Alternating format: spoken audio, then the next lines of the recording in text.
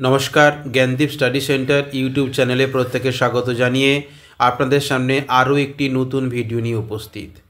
যারা নেতাজি সুভাষ মুক্ত বিশ্ববিদ্যালয়ে বিভিন্ন সাবজেক্টে যারা আন্ডার গ্র্যাজুয়েট কোর্স বা গ্র্যাজুয়েশন কোর্সটি করছে, যারা বিভিন্ন সাবজেক্ট নিয়ে গ্র্যাজুয়েশন করছেন, তাদের যারা পাসের পেপার GEHI 41 সেই পেপারের আমরা সঠিক অ্যাসাইনমেন্টের উত্তর নিয়ে আমরা আলোচনা করব। এই উত্তরগুলো আপনারা খাতায় লিখে নিতে পারেন কিংবা স্ক্রিনশট করে নিয়ে আপনারা পরীক্ষা দিতে পারেন, খুব সুন্দরভাবে পরীক্ষা দেবেন।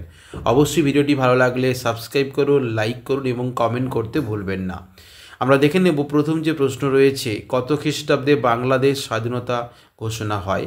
এর সঠিক উত্তর 1971 খ্রিস্টাব্দে। নকশাল আন্দোলন কোথায় শুরু হয়েছিল? সঠিক উত্তর পশ্চিমবঙ্গে নকশাল আন্দোলন শুরু হয়েছিল। নাম্বার 3, কত খ্রিস্টাব্দে ভারতীয় স্বাধীনতা আইন পাস হয়? 1947 খ্রিস্টাব্দে ভারতীয় স্বাধীনতা আইন পাস হয়, সঠিক উত্তর। নাম্বার 4, বাংলা উপন্যাস জাগুরি কে রচনা করে? এর সঠিক উত্তর সতীনাথ ভাদুড়ী। নাম্বার 5, ভারতীয় সংবিধান কার্যকর হয় বা চালু হয় কত খ্রিস্টাব্দে? 26শে জানুয়ারি 1950 খ্রিস্টাব্দে। আপনারা জানেন যে 1949 সালে 26শে নভেম্বর সেটাকে গণপরিষদ কর্তৃক গৃহীত হয়েছিল।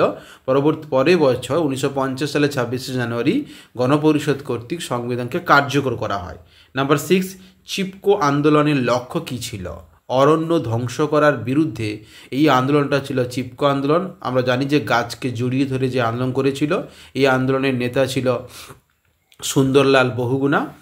এই চিপকো আন্দোলনে অরণ্য ধ্বংস করার বিরুদ্ধে লড়েছিলেন। নাম্বার 7, ভারতীয় ট্রেড ইউনিয়ন কংগ্রেস কত খ্রিস্টাব্দে গঠিত হয়েছিল? এর সঠিক উত্তর 1920 খ্রিস্টাব্দে। নাম্বার 8, সিমলা বৈঠক কবে হয়েছিল? এর সঠিক উত্তর 1945 খ্রিস্টাব্দে সিমলা বৈঠক হয়েছিল। নাম্বার 9, কোথায় প্রথম নৌ বিদ্রোহ শুরু হয়েছিল? মুম্বাই। আমরা জানি যে মুম্বাইতে নৌ বিদ্রোহ শুরু হয়েছিল তলোয়ার নামক জাহাজে। সেই মুম্বাই প্রথম নৌবিদ্রোহ শুরু হয়েছিল, সঠিক আনসার। নাম্বার 10 বা শেষ প্রশ্ন, কাশ্মীরকে কবে ভারতের রাজ্য হিসাবে ঘোষণা করা হয়? 17ই নভেম্বর 1956 খ্রিস্টাব্দে। আমরা জানি যে ভারতবর্ষ স্বাধীনতা লাভ হয়ে যাওয়ার পরে ভারতবর্ষে যে সমস্ত দেশীয় রাজ্যগুলো হায়দ্রাবাদ, জুনাগড়, কাশ্মীর আস্তে আস্তে করে ভারতবর্ষের সঙ্গে অন্তর্ভুক্ত হয়েছিল, তার একটি প্রশ্ন হচ্ছে কাশ্মীরকে কবে ভারতের রাজ্য হিসেবে ঘোষণা করা হয়?